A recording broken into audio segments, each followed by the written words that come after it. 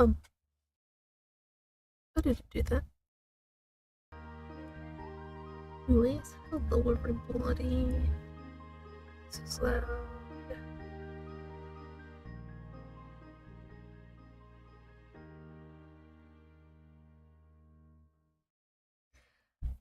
Hello everybody. No model today. I'm a little tired. And I don't want the light in my face. So yeah, we're just gonna be doing uh demos. So apparently this one is Save the Kitty. Um well, technologies, welcome to the internal employee empathy testing simulator. Please proceed. By clicking the proceed button, an employee agrees to personal decisions and emotional behavior tracking, as well as willingly lends time of life spent on such a simulator in the present time and any simulator actions in the future while employed at Well Technologies, Well Corporation, and Well Sales Limited. Okay.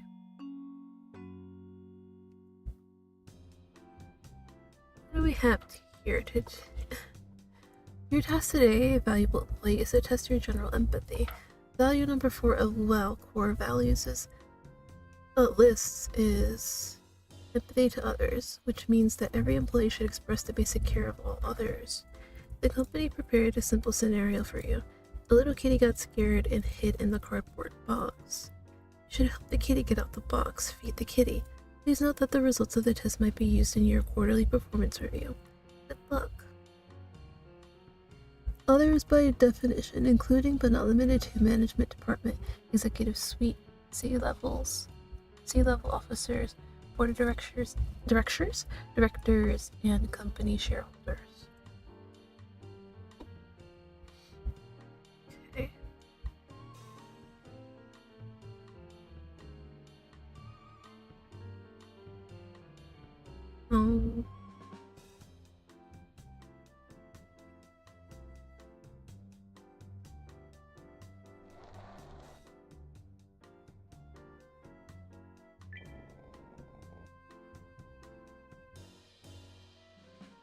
Okay.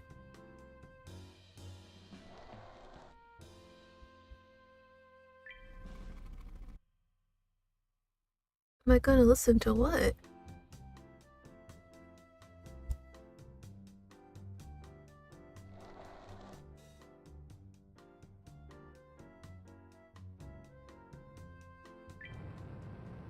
Oh? Huh? Is this like secretly a horror? Hold on.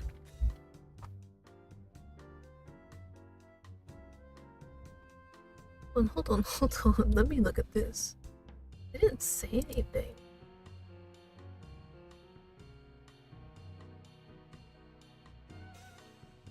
Okay.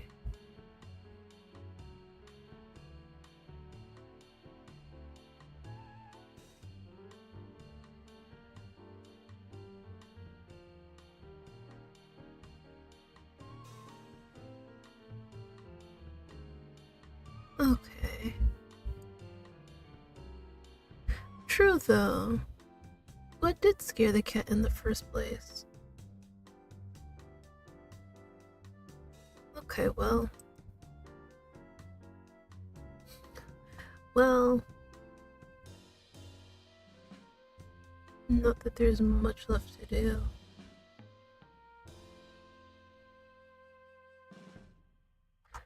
What did scare the cat? I wanna know. No, I wanna know. Wait.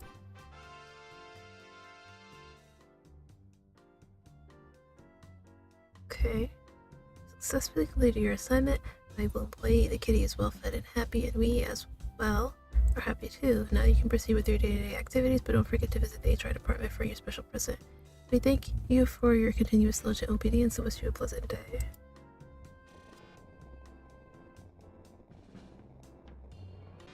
Just can't believe how stupid you should be to do this simply conceivable to do this. That's how you're 2 years old or just plain hatred.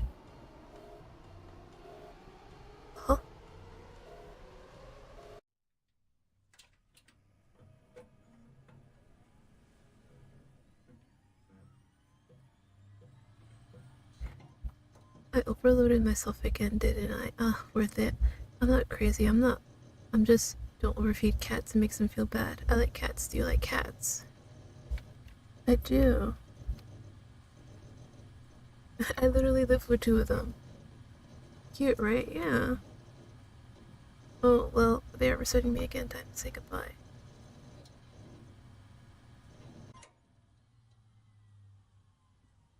Oh, okay, okay.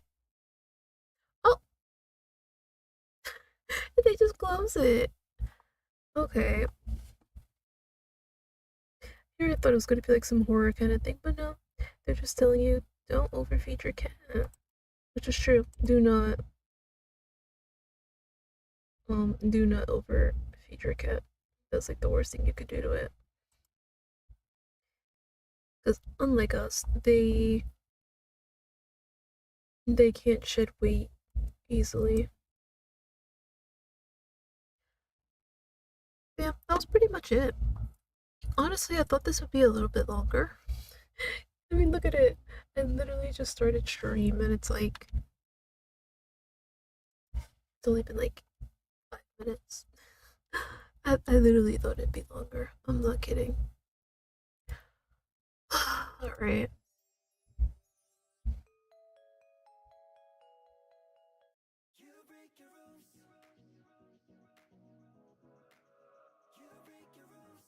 Let me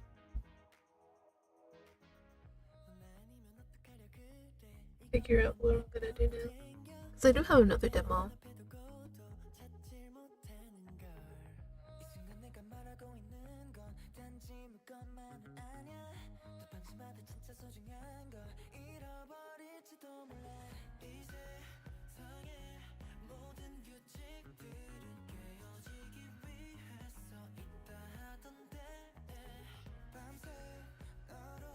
Yeah, like I said, I do have another demo.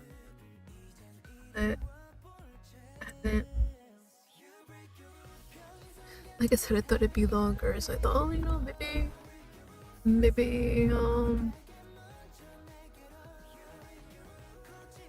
there's a little bit more. What did I say? Basically, I thought, it'd just be a little bit longer.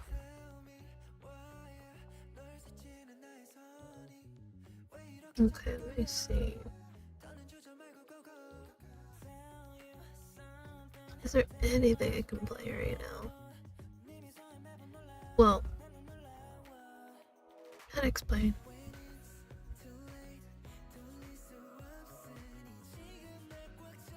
Recommended for me.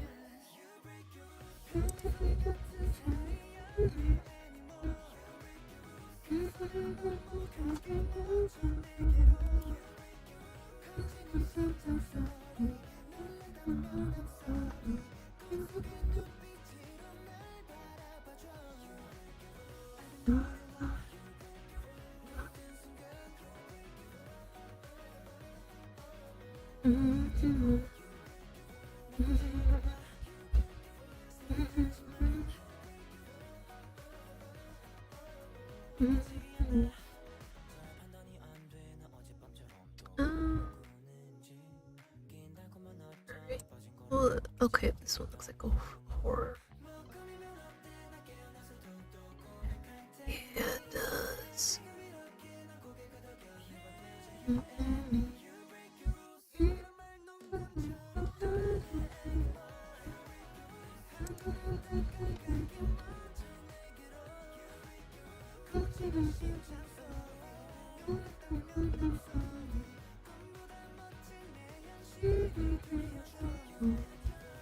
Ooh, let me look at this one.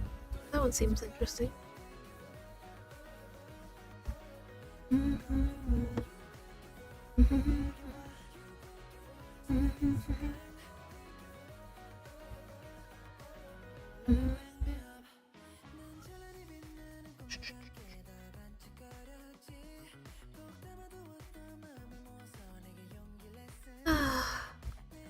Oh, really?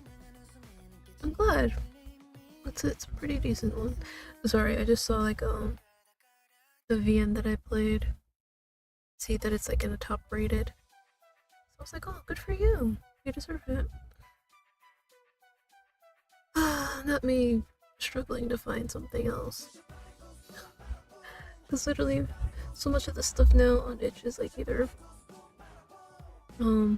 erotic or furry.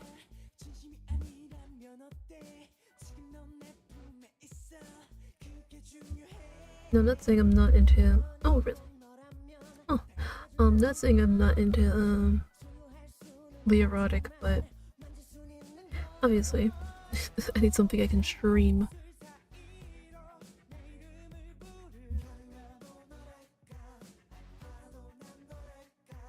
What is this one? When your boss goes missing.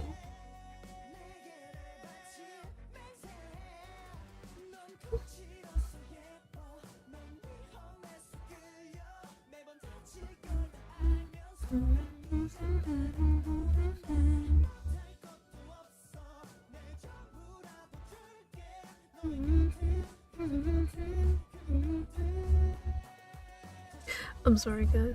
I'm trying my best to like find something. Did I look at this one before? I have no idea.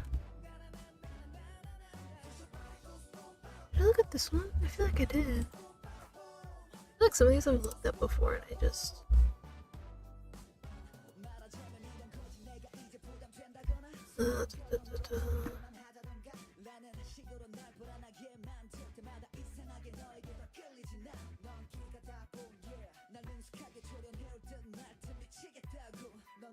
Did it stop loading?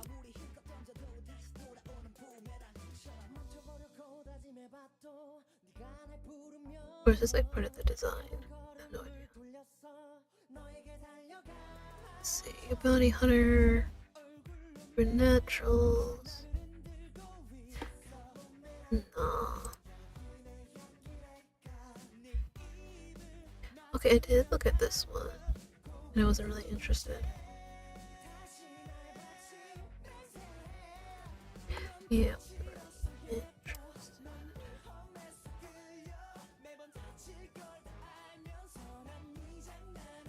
Oh.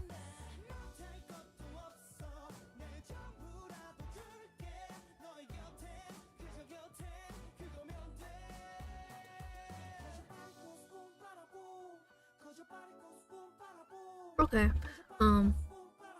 Wow. Not a lot.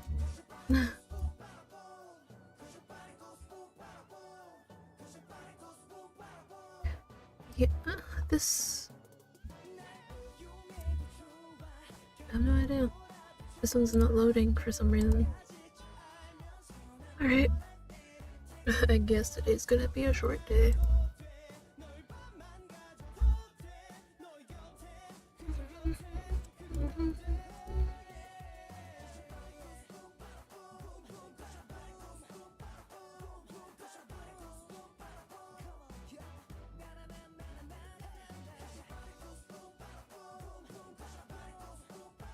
Where the hell is it? There we go.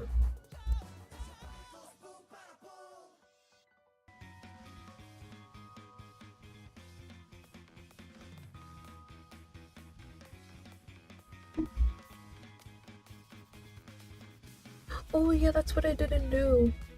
I said I'd explain on stream. Okay, so for those of you who aren't in the Discord, you should be. Because that's where all the fun is. Well, when everybody gets together. People are obviously busy, can't always be there. But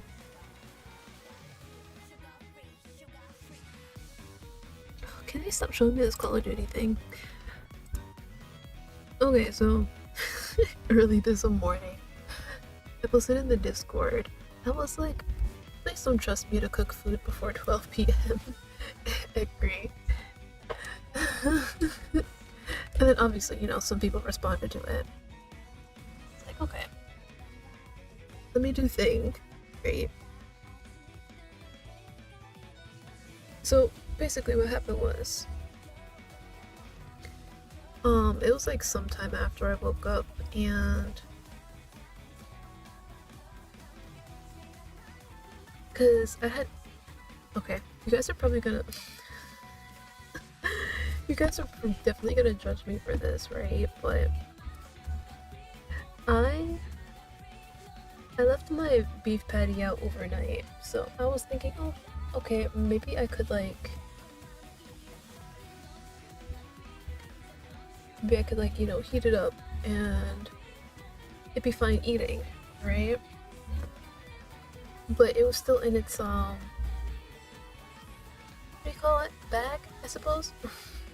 And so I go to heat it up, right? Because we have a toaster oven. I was like, okay, I can just heat it up in the toaster oven because it does like have an option where you can where you can basically use the toaster oven like an actual oven.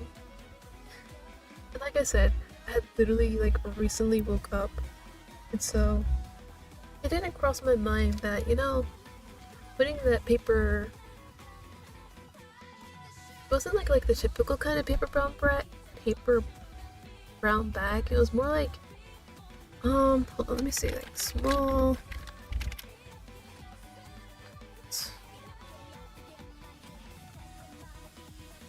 Can I get like an image of that? Hold on, let me like pull it up so you can see what I'm like trying to talk about. So it was like this kind of bag, right? It was in like this kind of like feeling bag. Obviously not this exact bag, but definitely like the same feel and whatever. So yeah, I put that, which was holding my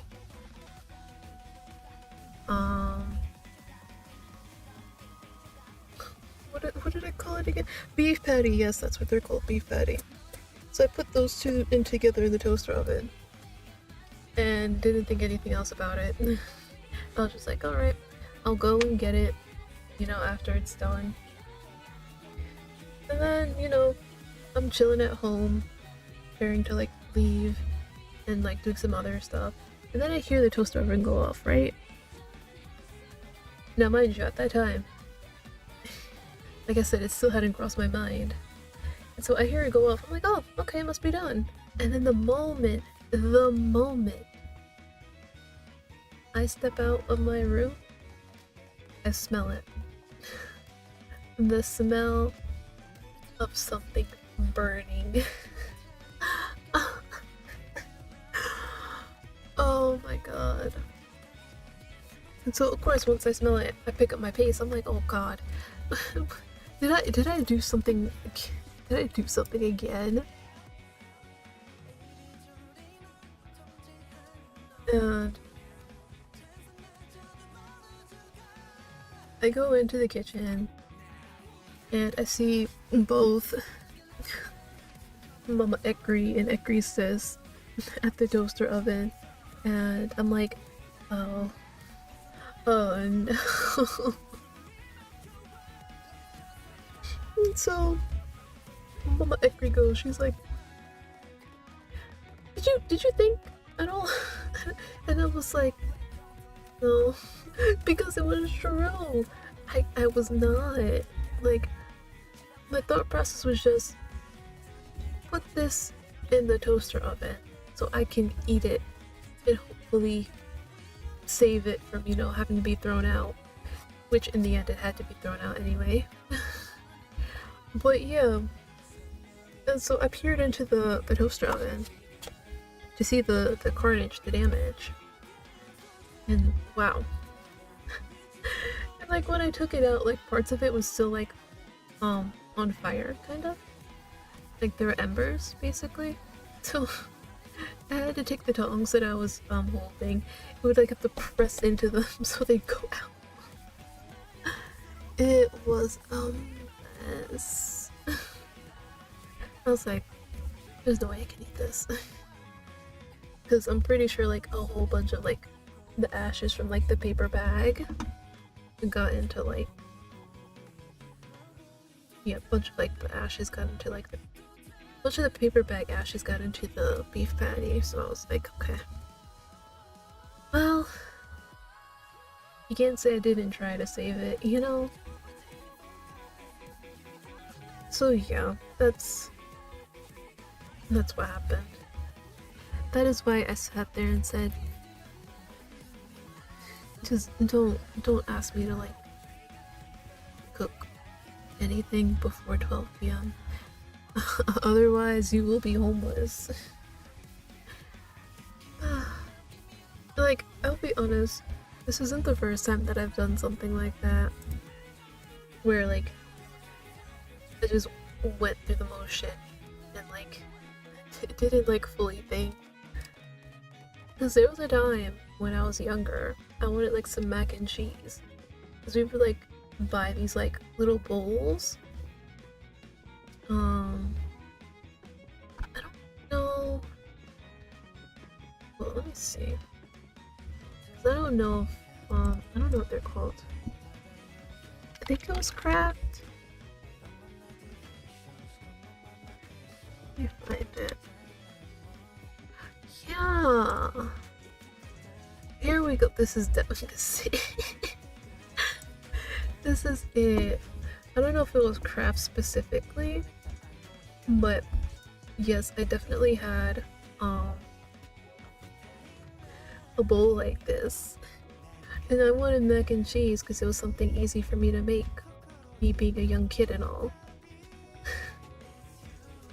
So I go put this in the microwave and think nothing else about it. And, like, mind you, I have cooked this like plenty of times in the microwave before, so it's not like it was my first time ever doing it. And then I don't know if like the smoke alarm went off or something, but all I know is that sometime later my name was called. And my mom was like, "Did you do this?" I was like, "Yeah." She's like, "Did you forget to put water in it?" I looked at it and I said, "Oh." So it sometimes I just don't think. I just do. Oh my god. So yeah, that's what happened. The thing that I did back in the past came back to haunt me.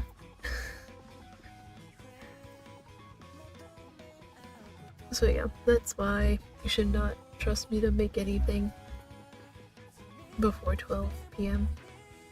Otherwise, you may lose your housing. And then in the Discord, they were like, "Oh, what if I ask you to make like cereal and milk?" I'm like, "You want milk on your floor?" And they're like, "Yeah." Like, no, you should not. But yeah, next time, hopefully, I won't be so. No, I'm definitely gonna be scattered brain. Alright, let's start. Oh yeah. This is called You're Just a Third Wheeler. Honestly, I thought it was like being about like a third wheeler. You know? But apparently not. At least I don't think so. Anyways. The household is alive with the sounds of productivity. The servants are running around like headless chickens, polishing this, sweeping that. All very noble and hardworking, I'm sure, but also terribly inefficient. Which is why I, Mayrid Wheeler Bridegard III, or is it Bridegard? I'm just gonna go with Bridegard III, genius and visionary, have decided to revolutionize cleaning with magic, obviously. Why let these poor souls struggle when a little spark of brilliance, aka me, can make their lives so much better? And by better, I mean chaotic, fabulous, and potentially catastrophic. It's a win-win. Let's see, fire for instant dust removal, Water for a sparkling finish, a touch of wind for that refreshing breeze, or maybe flowers? Mom's always whining about how lifeless the house looks. Decisions. Press the magic button when available on the corner left to unleash Mayron's powerful magic when it's ready to disrupt Mayron's fate. Huh?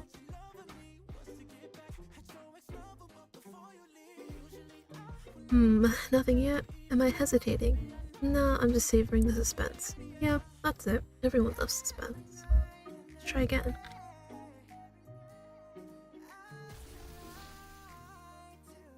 Wind, papers flying, curtains flapping. Oops, a vase just shattered. Lovely. The house is alive with energy. You're welcome. Reginald's ladder topples like a felled tree. Barnaby's vase thing becomes an airborne missile, and Winifred ends up with her hair styled into something resembling a bird's nest.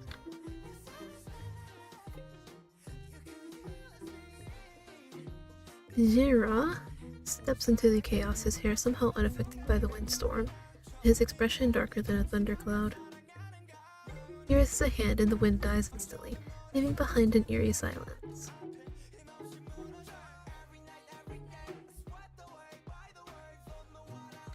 Oh my god, I just realized music is still playing in the background. Sorry.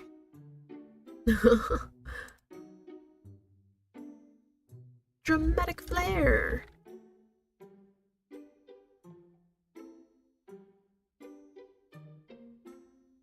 He surveys the damage with the resigned air of a man debating if he should just let the house fall apart and blame it on a natural disaster. She can't be that bad.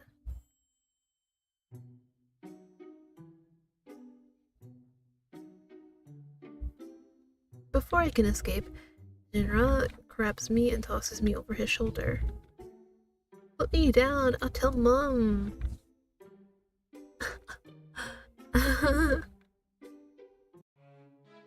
So here I am, unceremoniously dumped into the sitting room by my ever-graceful brother, Jinra. Not that I'm unaccustomed to dramatics, it's just usually me who's in control of them.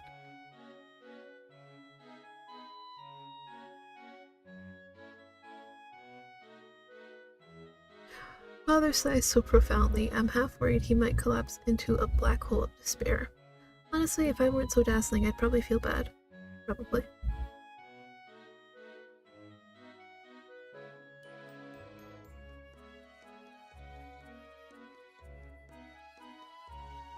Responsibilities? Oh, you mean the endless drudgery of societal expectations. Please, Father, I'm capable of so much more.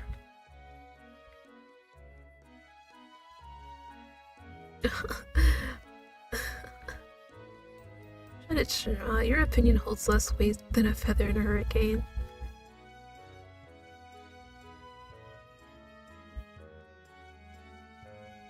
Havoc? That's such a small-minded word. Father? I'm laying the groundwork for magical breakthroughs, transformative ones.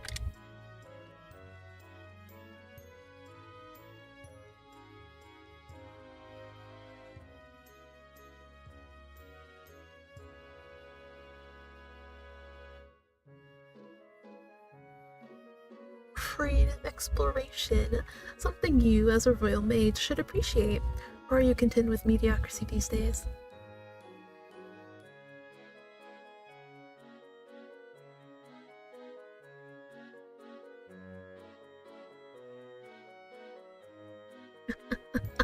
Not the stables.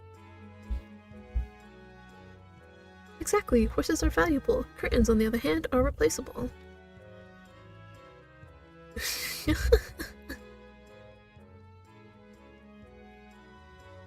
I love how Mom is like entertaining her behavior, and Dad's like, no, stop.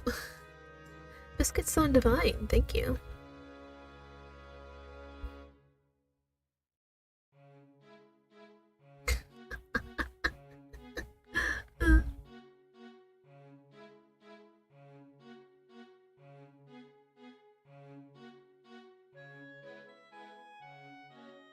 And yes, I did notice that I had the option to use magic, but I'm like, nah.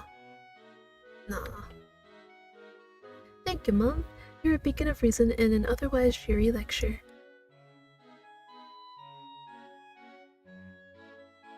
Ah, the classic question. Why, Marin? Why must you disrupt the peace with your genius? If only they could keep up. I rise, smoothing my cloak, and fix Father with a dignified look.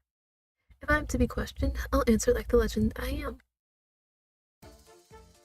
Father, let me enlighten you. I, Marin Wheeler, Redguard III, am not chaotic. I am burdened.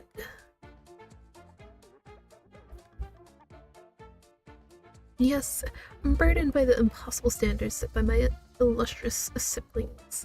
It's a miracle I managed to shine at all. Mom's eyes light up like she's just been handed a front row seat to the greatest show on earth.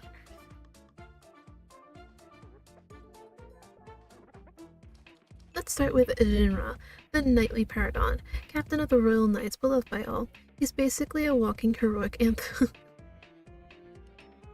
It's funny. I know.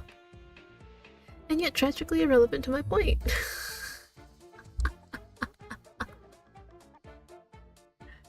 Jinra raises a hand in mock surrender and leans back, enjoying himself. Ugh. Then there's Erin, our scholarly overlord.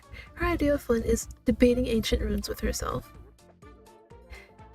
Kaylee, the alchemist with an impressive record of explosions, and yet she's the creative genius. If I blow up one curtain, I'm reckless. Double standards much? Lynn, the silent, shadowy sibling everyone fawns over because, oh, so mysterious. Congratulations, Lynn, you've cornered the market on brooding. Ow. The furniture do list. You can't sit anywhere without wearing Kill Challenge the sofa to a duel. And Zemo, he enchanted my soup spoon to sing. Father? A spoon. While I ate. And yet despite all this chaos, I'm the one who gets questioned. Me! For simply being extraordinary.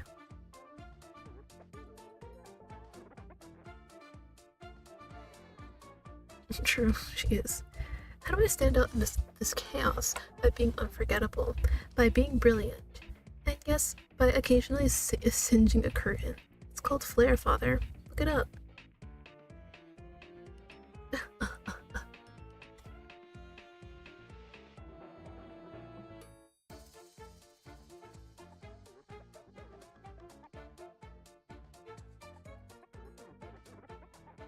Thank you.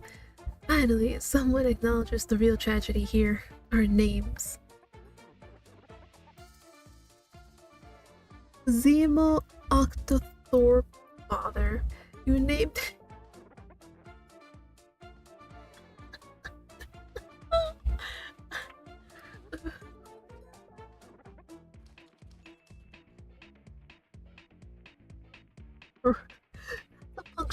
Wait, really? That's actually a punctuation? Wait a minute. Zemo... Or is it Octothorpe?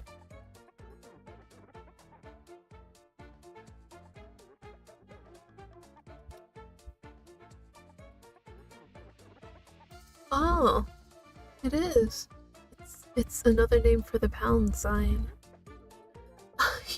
He really did.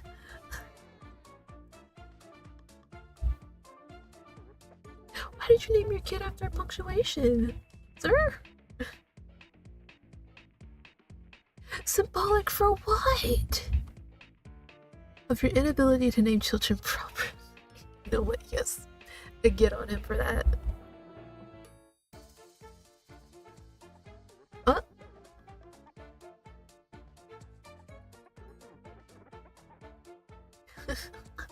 Okay. Damn, out here using fertility potions. Let's have a big family. It'll be fun.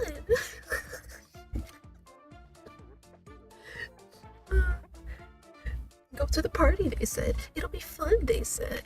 But now I'm sitting here in the back of a police car. I've started calling them by numbers. That's even worse. Frankly, I'm surprised I wasn't just named third. At least it would have been.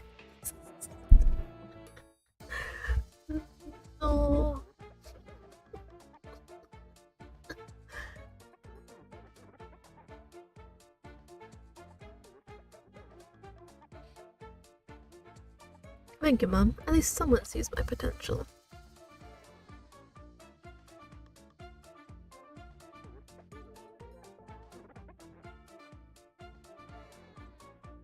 Yeah, marrying her off is not gonna do anything. I can assure you of that. Exactly. Thank you, Mom.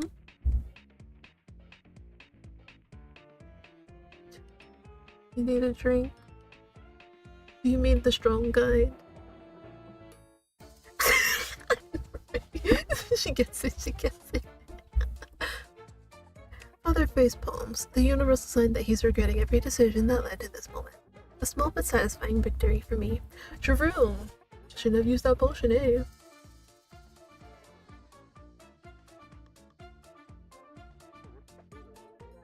Good, so we agree it's a necessary part of life.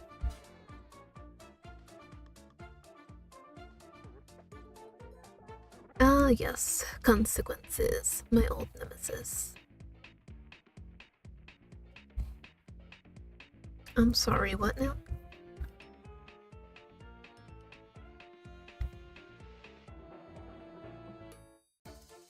And if I refuse?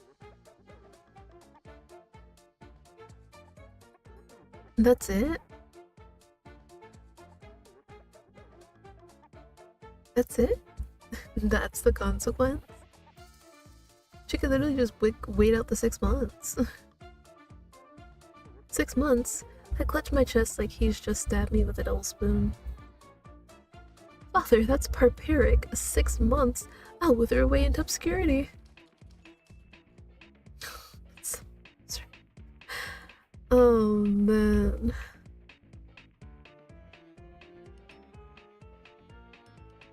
See what happens when you have 7 kids, man? You should have just stuck with one. Should have just stuck with one.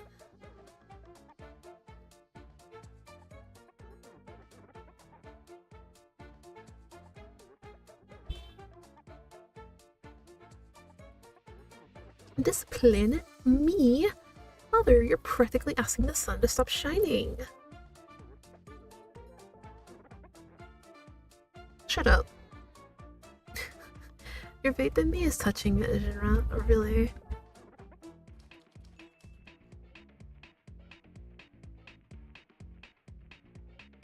I glare at Father, but he's utterly unmoved. Typical. The man has the emotional range of a brick wall when it comes to negotiations. Fine, I'll enter, but don't expect me to hold back. If they can't handle brilliance, that's their problem. I'm gonna burn down the bellows.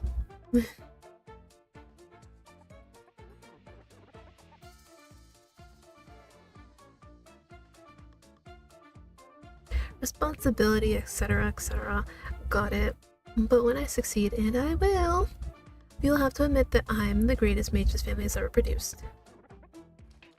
Oh, Mom. Mom is so supportive. A little bit too, you know, what's the word?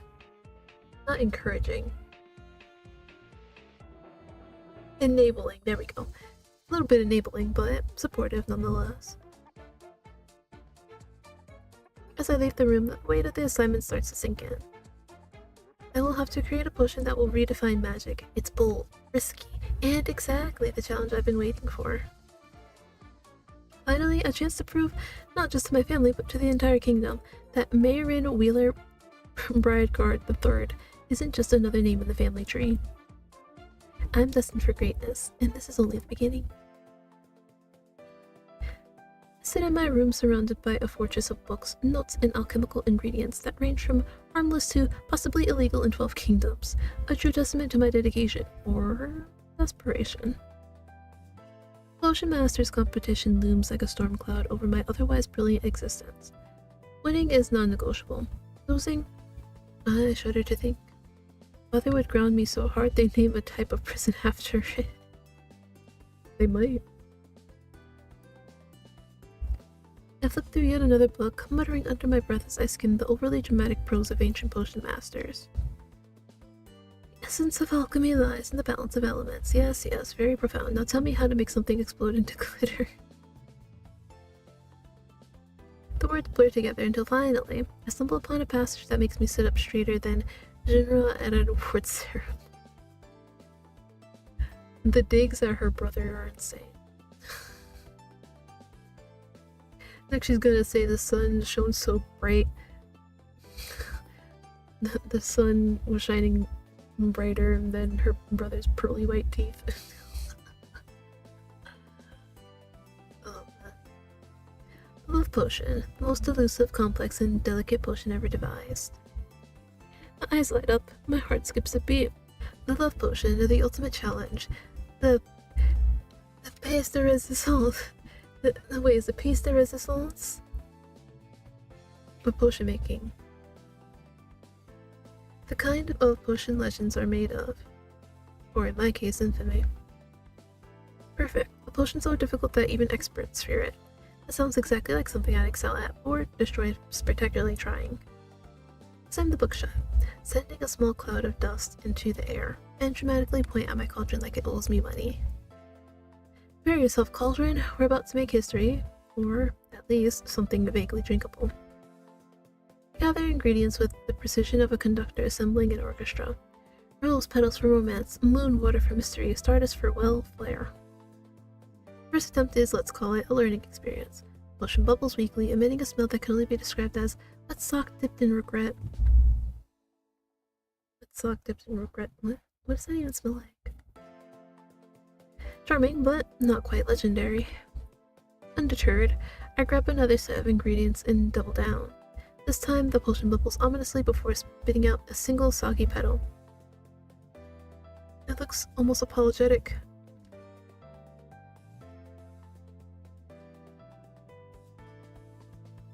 Oh, sorry, I thought I had to sneeze. Oh no, you don't get to fail me twice. We're doing this again. By the third attempt, frustration has set in. Clearly, what this potion needs is a spark of brilliance, personal touch, a little magic. I pace around the room, pondering my options like a general preparing for battle. Fire for passion, water for elegance, wind for flair, maybe earth for a grounding vibe. Decisions. I pause dramatically, one hand on my chin, the other on my hip, as if the entire kingdom waits with bated breath for my next move. This is it. This is the moment I prove I'm not just a genius, but an artist. The cauldron gurgles quietly, as if nervous about what's coming next. Understandable. I'm feeling unpredictable today. With a flourish, I decide it's time to commit. Let's see which element will make this potion truly unforgettable. I don't know if you get like different things depending on what you pick. I'm gonna go with elegance. Water magic. Soothing, elegant, refined. Surely this will add the sophistication my potion needs. I channel a gentle stream into the cauldron, watching as the liquid swirls gracefully. It bubbles, it glimmers, it sputters out like a candle in the rain. The once promising mixture turns into a murky sludge. Well, that's uninspiring. Next. I sigh, staring at the failed potion.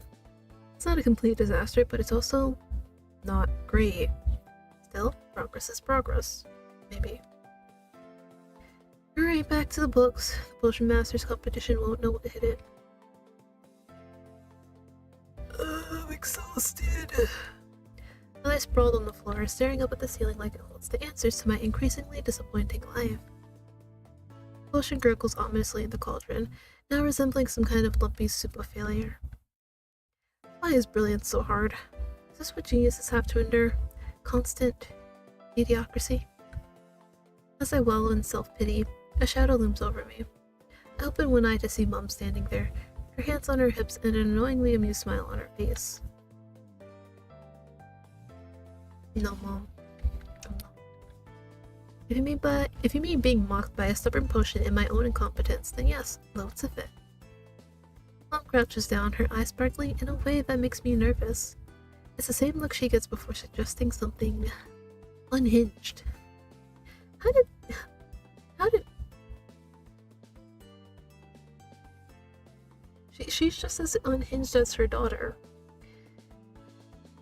How did Altair... You know what? I think I'm good. I don't think I want it. Or maybe he didn't know what he was getting into, and he was like, damn, well, in for a penny, in for a pound. Probably what happened.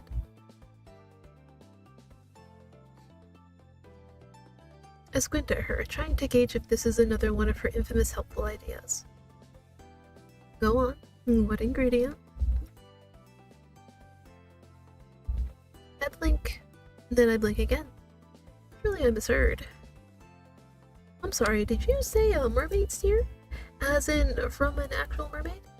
You do realize that mermaids are extinct, right?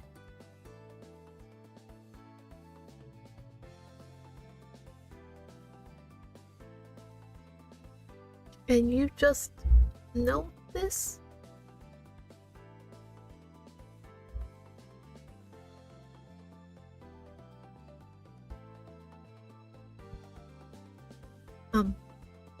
She says this so casually, like she's recounting a mildly inconvenient trip to the market.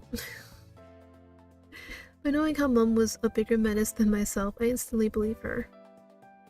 And somehow this man fell in love with her. This very straight-laced man. How? How? Did she like raise him up to no end? He's like, damn. Now I have to keep you with me. And during this totally normal day for you, you just happened to find out about mermaid tears. Mermaid tears.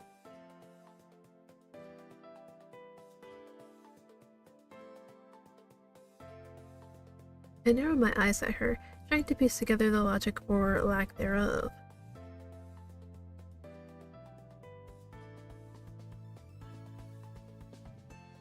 Rage what? Another Eldritch Abomination encounter? Because honestly, I think I'd rather deal with the potion. She's like, oh, nah, not this time. That means next time she might.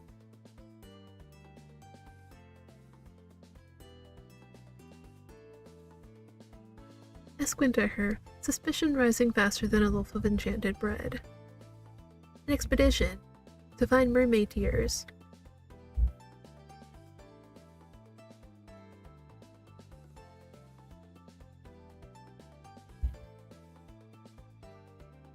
She twirls around the room like she's pitching the idea of a garden party.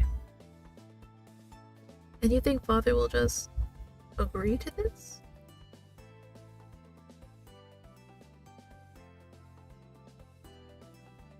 Mom!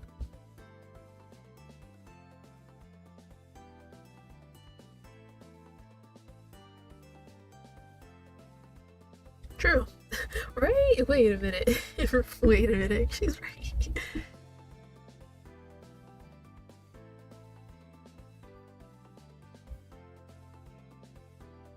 I don't think I want to know, but I can say with certainty that it changes you. Makes them amazing. True, because she had to do it all by herself. Wait. True. Wait. He was just there as moral support. He had to do nothing. Oops. That was not supposed to click, but here we are. Honestly, based. Do give Angel. She plants her hands on her hips, looking both devious and delighted. It's a terrifying combination.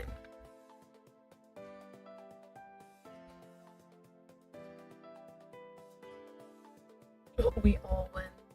True. Dad wins because he gets to be away from you. You win because you get to do whatever the hell you want. Since you're out and about. And I guess her siblings win because they don't have to deal with her.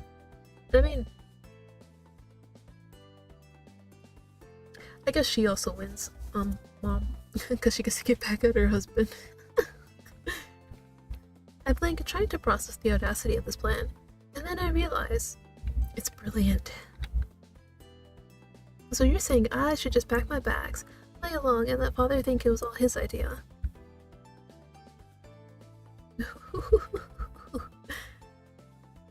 She winks at me, and for a moment, I feel like I've just been inducted into some kind of mischievous conspiracy, which, honestly, I'm not mad about.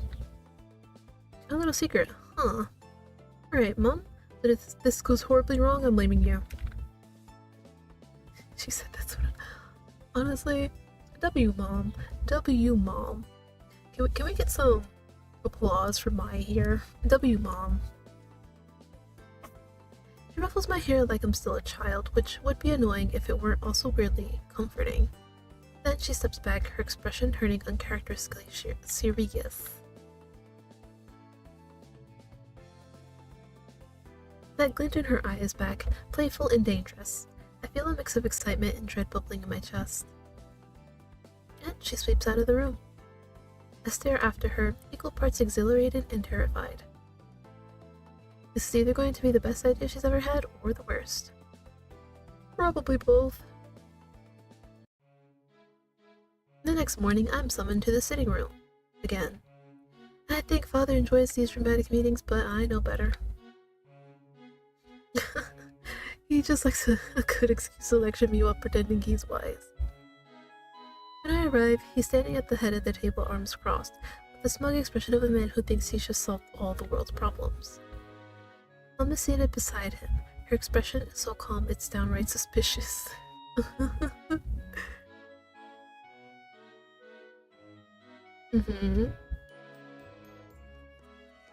Oh no, this is about to be a father thinks he's brilliant speech.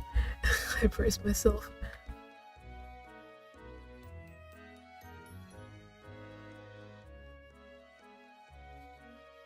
Wow. He really thinks it was his he really thinks this was his idea. I glance at Mom, who raises her teacup to her lips and takes a long, deliberate sip. She doesn't say a word. Father, you're so wise and generous to think of this. Truly an inspiration to us all.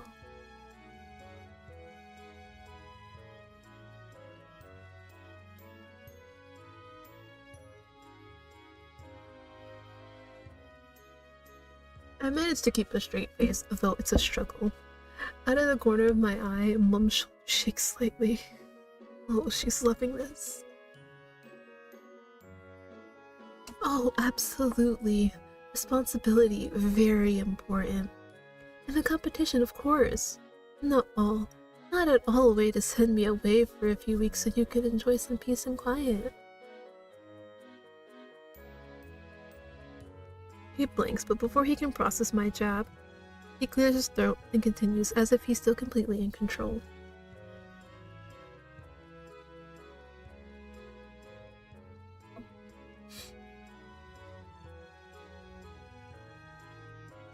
Bodyguards? Really? I don't need a babysitter. Mom, that's the same thing. Mom's voice is light, but her smile doesn't quite reach her eyes. There's a flicker of something there. Something dark and terrifying. A silent warning. Ah, there it is. The look. One that says, do as I say, or else. I swallow my protest and plaster on the most strained smile I can muster. Fine, Jinra and bodyguards. Lovely! Truly! Father nods, clearly oblivious to my sarcasm. Mom, however, gives me the faintest wink over the rim of her teacup. The nerve!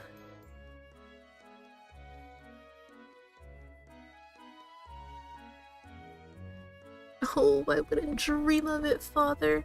Truly, you're an inspiration. He nods again, completely buying it, and strides out of the room, looking far too pleased with himself. The moment he's out of earshot, I turn to Mom. You couldn't have left out the bodyguards, could you? This character development. Mom. You mean torture? She waves a hand dismissively, her expression as serene as a summer breeze. As I step out of the room, still fuming about the whole bodyguard situation, I catch the sound of Father's voice drifting from down the hall. Naturally, my curiosity gets the better of me, and I stop just outside the door to eavesdrop. like any responsible adult would.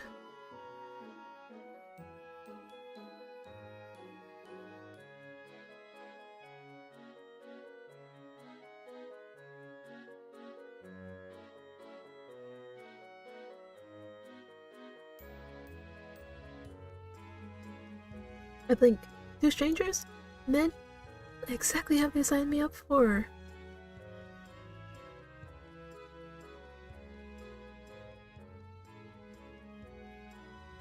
He might be violent. I don't think that's if you're trying to like sell him, I don't think the first thing you want to open up with about him is that he might be violent.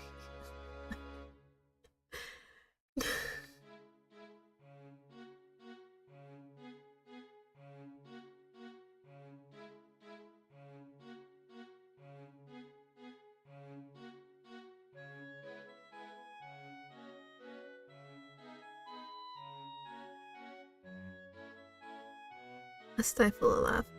Oh, this is gonna be good.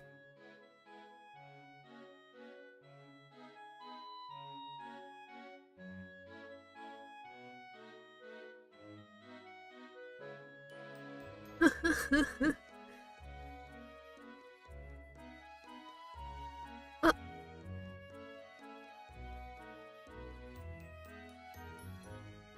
Sure, it's a shot.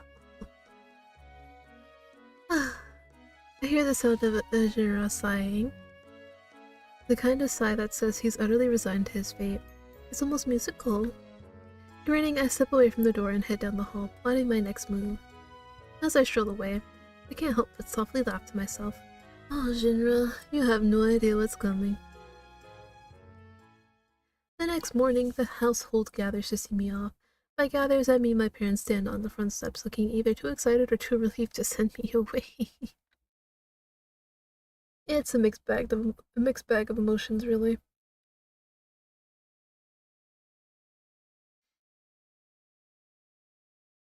Of course, father. Dignity and competence are practically my middle names.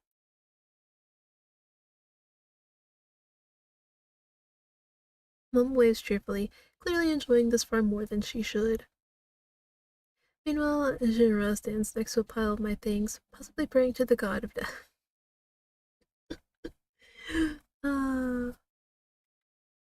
No. It'd be like that all.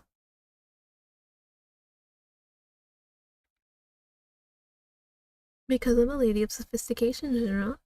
These are essentials. You?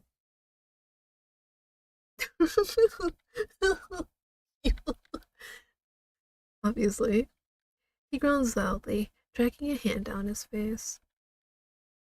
Of course you are, yeah. As Jinra mutters something about knights not being glorified porters, I turn to survey the rest of my entourage, and then I see him. Standing serenely by the carriage, soft pink hair that practically glows in the sunlight is a nomad, or maybe he used to be one. He's tall, strong, and radiating an air of calm that seems wildly out of place considering the chaos around us. Oh no, he's hot! Sorry. I had to. He's beautiful. This is unfair. Battle monk.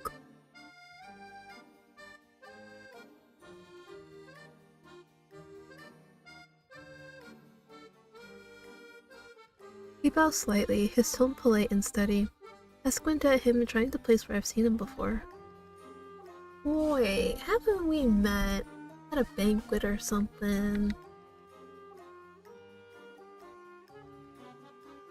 You were memorable. He doesn't elaborate, which is somehow both a compliment and an insult. Classic priestly diplomacy. Right, you were the one standing by the punch bowl, looking like you'd rather be anywhere else.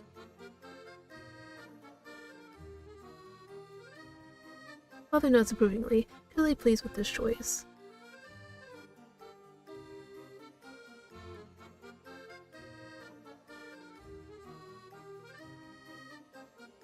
So another overachiever then, just what I needed.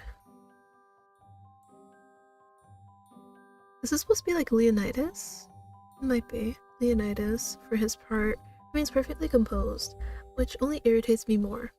I'll have to work harder to ruffle him. Challenge accepted. Well, Leonidas, welcome to the team. I hope you're ready for an unforgettable adventure.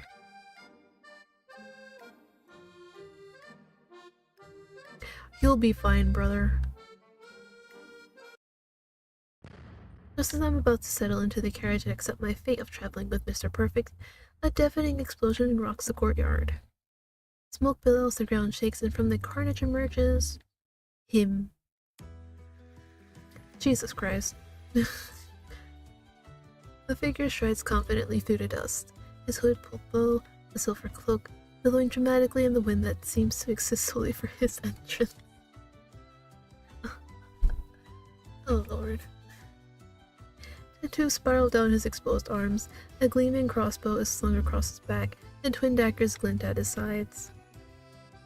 He stops just short of the carriage, standing there like a monument to edgy coolness. Who are you? The figure tilts his head slightly, the shadow of his hood obscuring his face. When he finally speaks, his voice is calm and low, each word landing like a mic drop. Quiet. That's it. No title, no explanation. Just his name. Dropped with the weight of someone who knows he doesn't need to explain himself. I glance at Leonidas, who looks mildly intrigued, and at Jinra, who just gapes, and then shakes his head defeated. Is that what you're gonna say?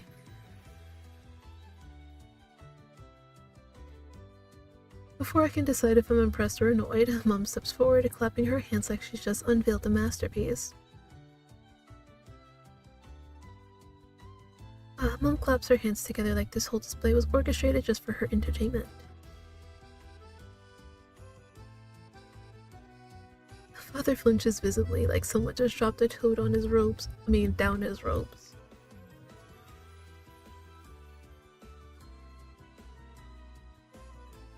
Okay, I know I haven't really been, like, entertaining these. What if I use fire? Like, I just want to see what happens.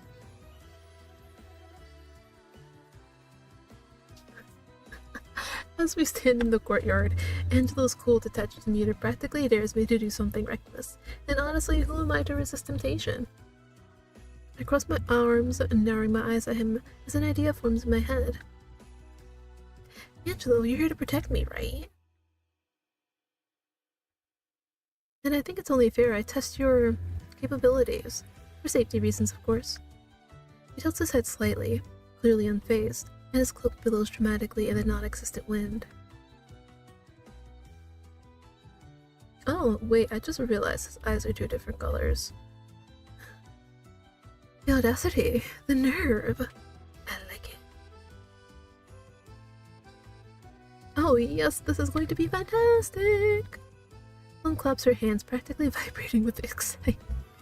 Why is she more excited than me? Father, meanwhile, mutters something under his breath about deep breathing exercise.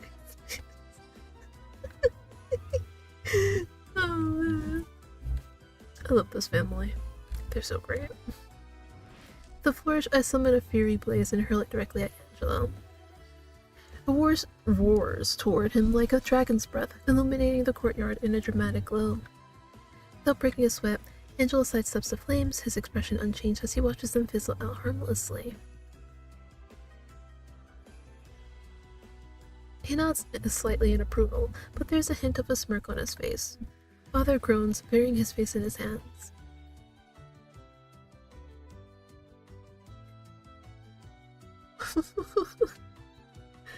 Do you really dislike her that much? Leonidas, on the other hand, looks decidedly less impressed. Absolutely.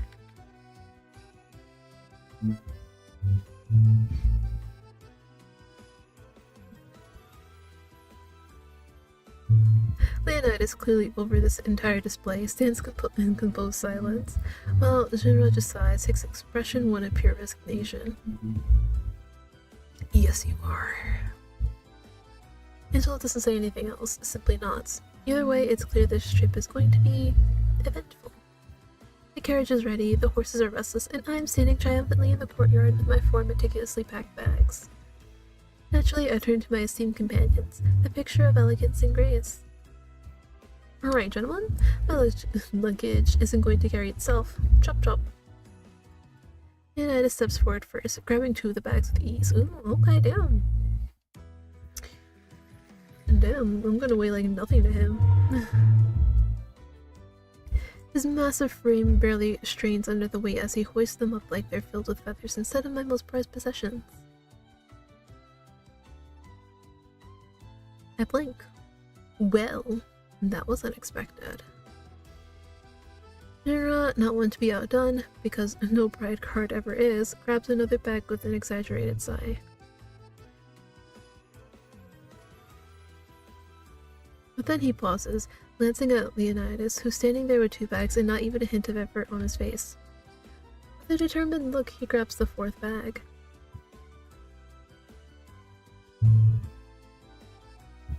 Oh dear, it's happening. The Pride Guard overachiever syndrome has kicked in. I watch as Jinra attempts to carry both bags at once, his arms visibly straining. Ah, my dear brother, always trying to prove something. It's almost touching. Almost. Angelo, meanwhile, steps forward silently. Without a word, he grabs one of the bags from Jinra, slinging it over his shoulder with a single smooth motion. He doesn't look at anyone, walking straight to the carriage. Jinra stiffens, his pride clearly wounded, but he says nothing. He glances around quickly, probably hoping no one noticed. Leonidas naturally says nothing, his serene expression unchanged as he waits by the carriage. Oh, isn't this just charming? My brave escorts working so hard for little old me. Truly, I'm blessed. Oh, I'm gonna push it. I smirk, climbing into the carriage as my 3 companions load my luggage. This trip is already off to a fantastic start. Let me take a gander at this real quick, though.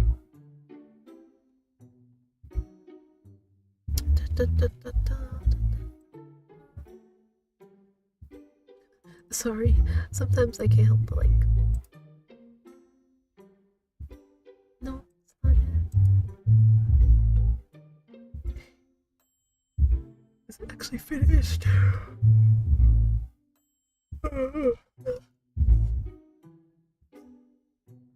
Oh, wait, is it actually finished? Oh, this is actually finished. Wait a minute. I thought this was just a demo.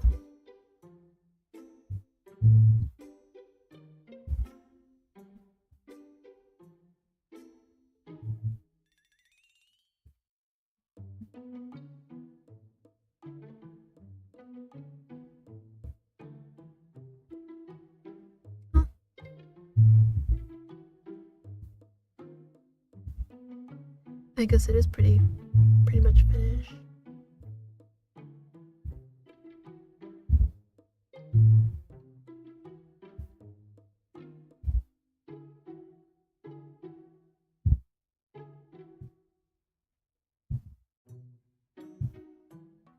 Okay.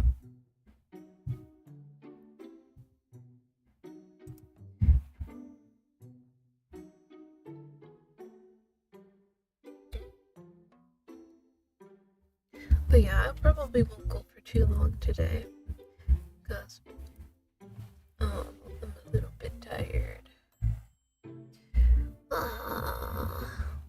Plus I do want to get more work done on my visual novel. As we settled into the carriage, I dramatically unfold the map that Mom gave me, holding it up like I'm revealing the secrets of the universe. Behold our destination, the southern sea of certain doom and questionable sanity. It's a working title. Mom marked the spot right here. Somewhere under this terrifyingly ominous stretch of ocean lies a legendary mermaid tear. General leans forward, studying the map with his usual nightly seriousness.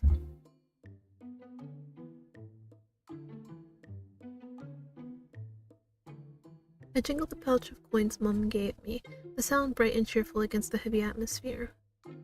No worries, Mum gave me enough to cover everything, including snacks. Shinra's smirk slowly spreads across his face as realization dawns. I give him my best innocent look, but the jig is up.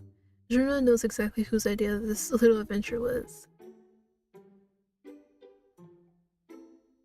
Leonidas' serene voice cuts through the moment, drawing all our attention.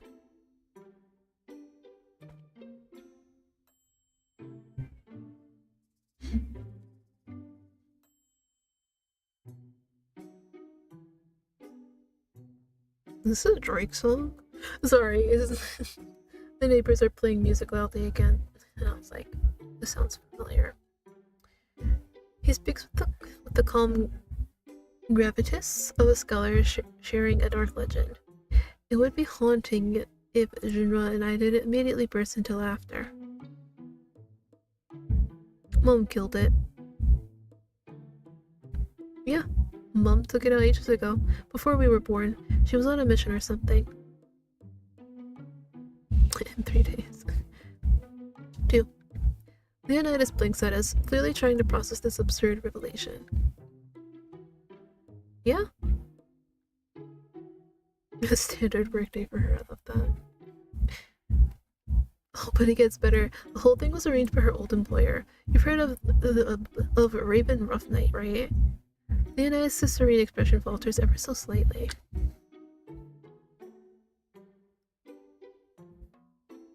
Sorry. Angelo, however, tilts his head, clearly intrigued. I couldn't see, I was cleaning my glasses. The very same. Mom worked for him back in the day, before she had her change of heart and left him to save the world instead. Isn't that the classic? Angelo finally speaks, his voice low and quiet as he mutters something under his breath. I glance at him, half expecting sarcasm, but no, he looks genuinely impressed. I swear I see a flicker of admiration in his usually impassive eyes. Mom really is the gift that keeps on giving. She is something, I will say that.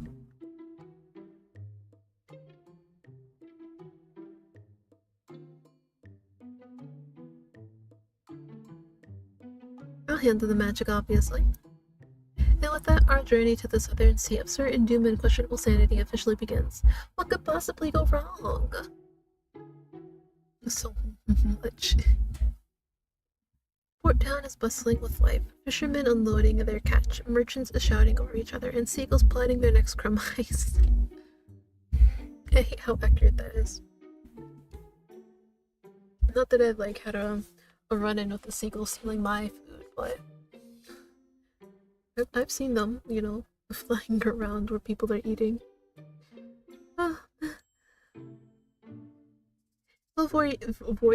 Very noisy, but being the natural star that I am, I shine even in the chaos.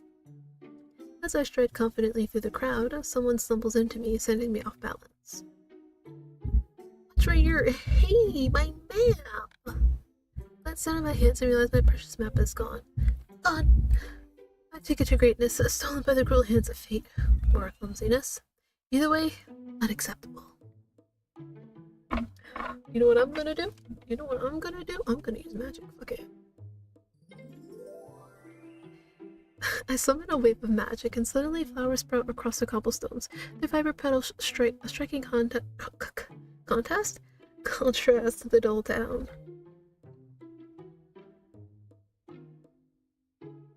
Yes, I know. True work of art.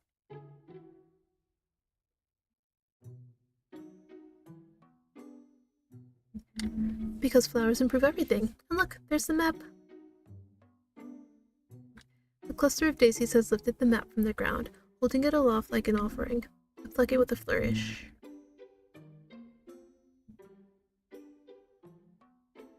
I beam as Leonidas finally looks genuinely impressed. Flowers for the win! Meanwhile, Angelo is visibly groaning. The map sleepily in hand and my nerves slightly frazzled. I shove it into my bag with extra care. There's no way I'm losing it again. Alright, crisis averted. Let's move on before anything else goes missing.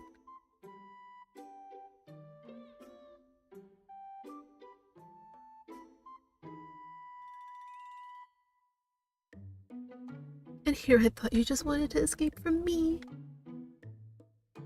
Not that too. I knew it was coming, I knew it was. I smirk, but Jinra ignores me, turning his attention to the others.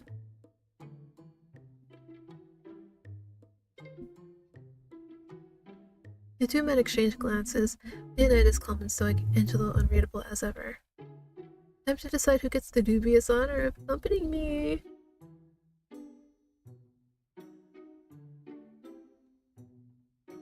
Why? Not that bad.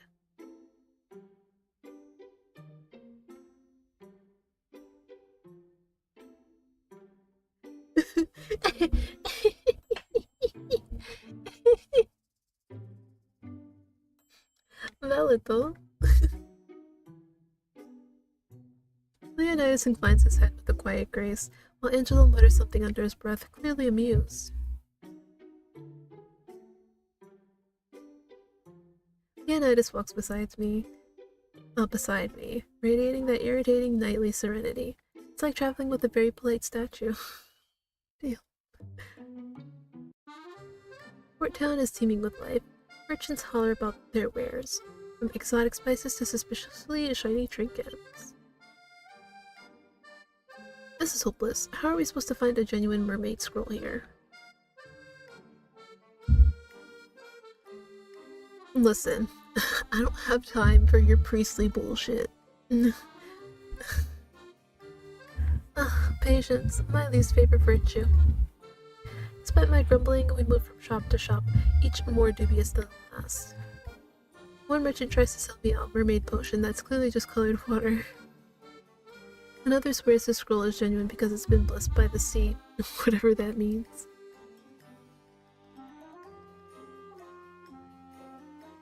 Righteous Leonidas, we're looking for a scroll, not the Holy Grail. Finally, we arrive at the most obnoxiously flashy shop I've ever seen. The sign reads Marvelous Magnus's Magic Emporium, with the glittering runes dancing across the entrance. Subtlety truly is said.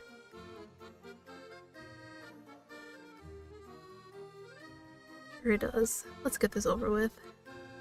The shop is just as over the top inside as it is outside.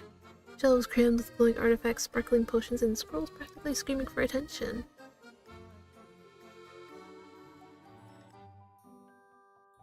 The shopkeeper is a rotund man with a beard that looks like it might be glued on. Damn. Imagine having to glue on a beard. He gestures dramatically toward a glass case in the center of the room. I don't think it is. I squint at the scroll inside the case. It's glowing faintly, the runes swirling along its edges. At first glance it seems authentic, but something feels off. The runes aren't aligned, and this parchment, it's mage weave, not sea weave.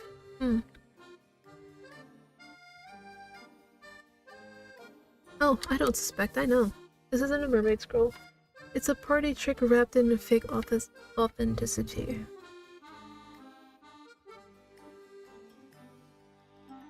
Leonidas steps forward, his calm demeanor suddenly carrying an edge of authority.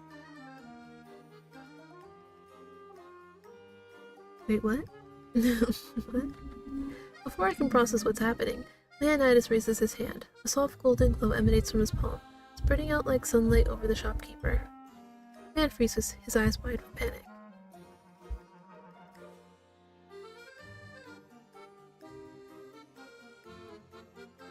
He can do that? Shopkeeper twitches as if resisting, but the glow intensifies, and his mouth opens against his will.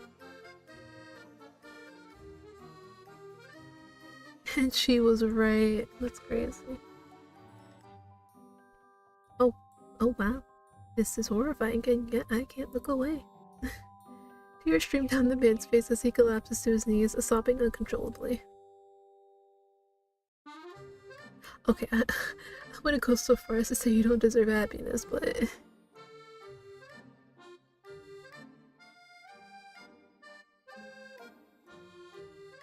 Still crying, the man scrambles to the back room. I stare at Leonidas, utterly flabbergasted. You're terrifying, you know that, right?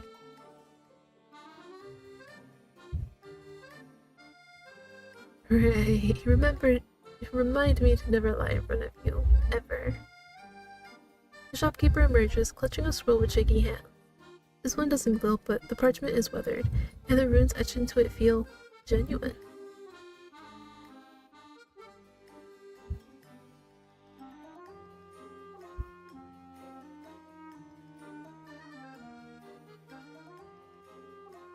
Leonidas turns to me, clearly expecting me to pay for the scroll. I cross my arms, indignant. Wait a minute, we're paying this guy after all that?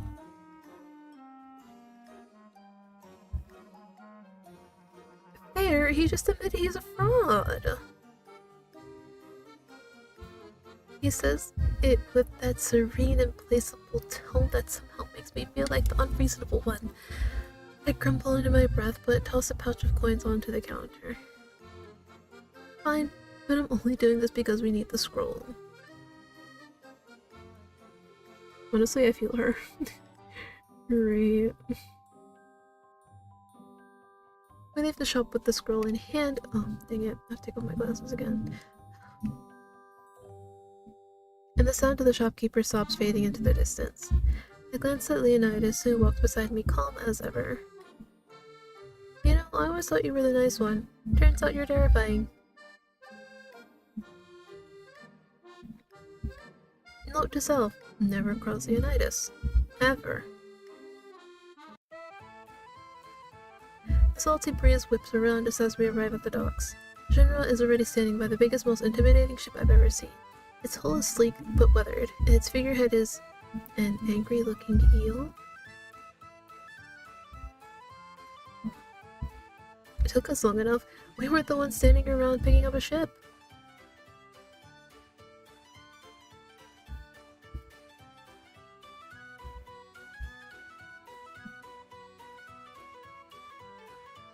I doubt it somehow.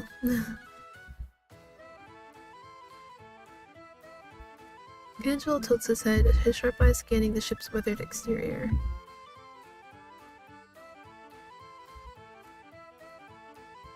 True. True. Shinra crosses his arms, looking far too confident for someone considering hijacking a pirate ship.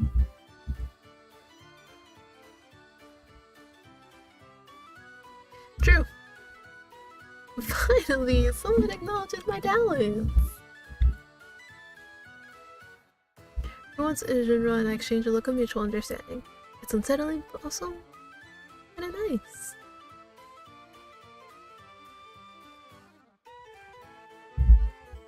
Okay, then what would be the first course? Leonidas sighs deeply, the weight of the world, or at least this dysfunctional group, clearly pressing on his shoulders. Relax, Leonidas. It'll be fine. Worst case scenario, we fire our way out and steal the ship anyway. Best case, they're friendly pirates who'll take us where we need to go without any stabbing involved.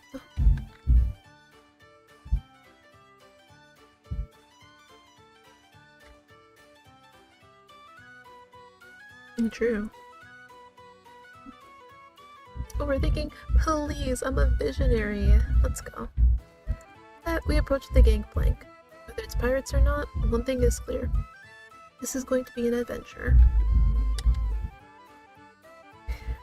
Standing at the helm is a nomad, unlike any I've ever seen. Part human, part seal, entirely absurd. I don't know why. I wanted to say fingers. That's what I wanted to say. Her flippers slap against the deck as she strides toward us, her captain's coat flowing dramatically in the salty breeze.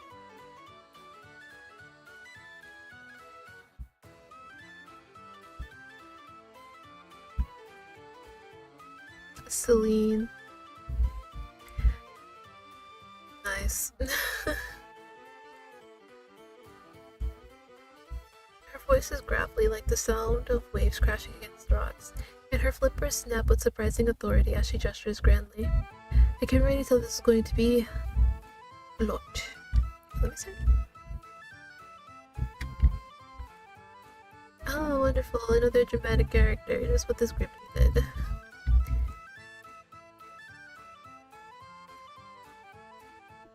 Celine slaps a flipper against her hip. Do seals even have hips? And leans forward, her eyes gleaming with mischief. Fee, nonsense. You should be paying me for the privilege of my company.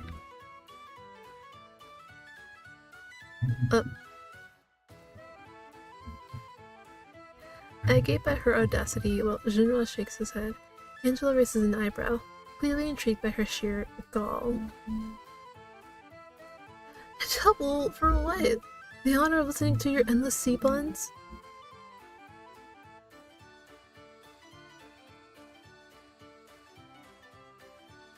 You know what? Fuck it. We'll burn this bit. We're gonna burn this.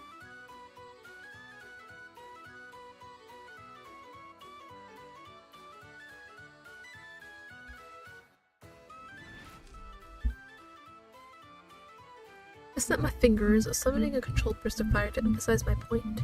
Surely a little flare wouldn't hurt more. Set the flames leap from my hand straight into the rigging. In seconds, the sails are replaced, the crew is screaming, and Captain Celine is losing her mind.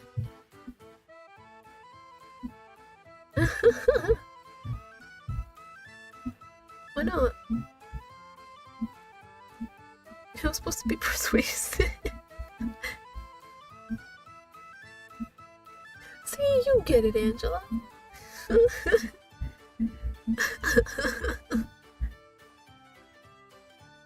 Celine's crew rushes at us, weapons drawn. Celine herself is flapping her flippers like she's trying to summon a hurricane.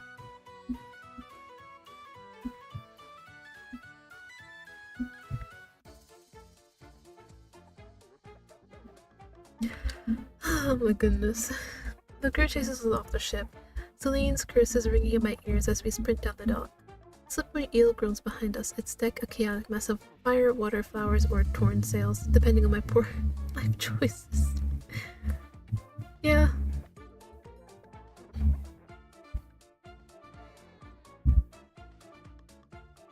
Angelo, of course, is having the time of his life. He's grinning like a madman, his crossbow at the ready. I say we should fight. Jinra, already sweating buckets, grabs Angelo by the collar and drags him along, all while Angelo is visibly disappointed by the lack of impending carnage. True!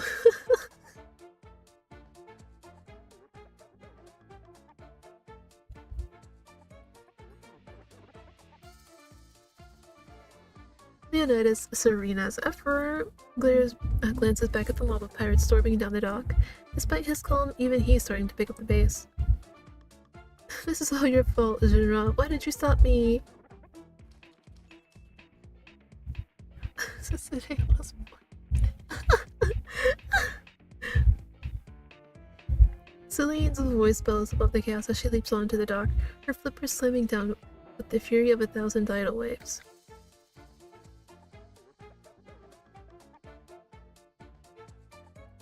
Oh, wonderful. Now I'm being chased by an angry seal pirate hybrid. Truly the highlight of my career.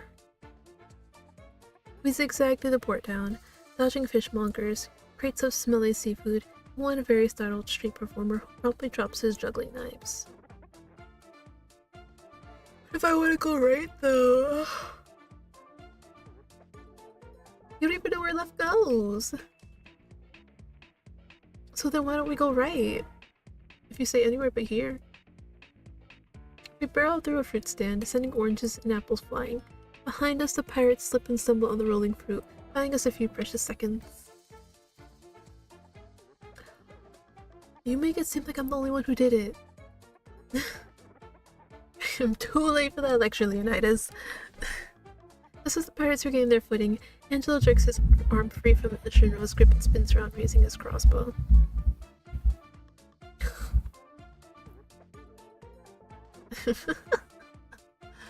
Just let him shoot something. Shinra practically tackles him, dragging him away with a strength fueled entirely by sheer panic. Angelo looks mildly disappointed, but allows himself to be pulled along. We burst out of the port into the countryside, panting and exhausted, the sound of enraged pirates fading behind us, for now.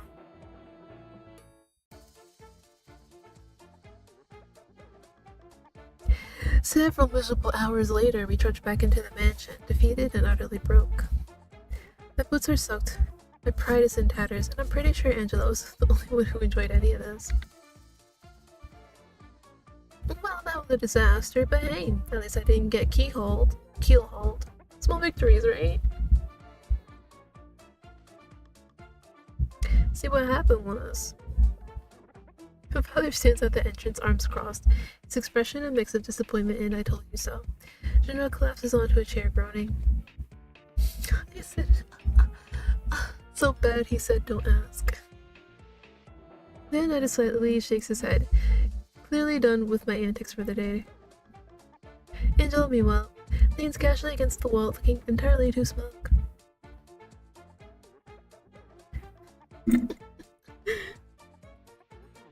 Yes, well, their spirits tried to kill us, so there's that.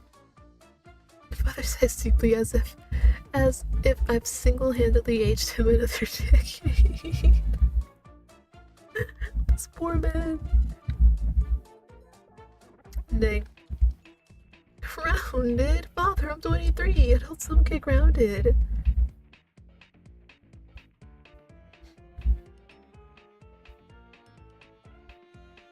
Of course you did. Mother, of course, is grinning like this is all some elaborate joke, which, knowing her, it probably is.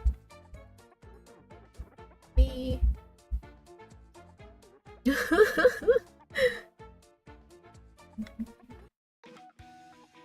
That was fun.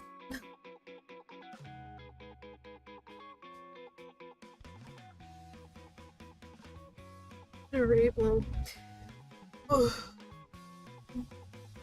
Like I said, I was.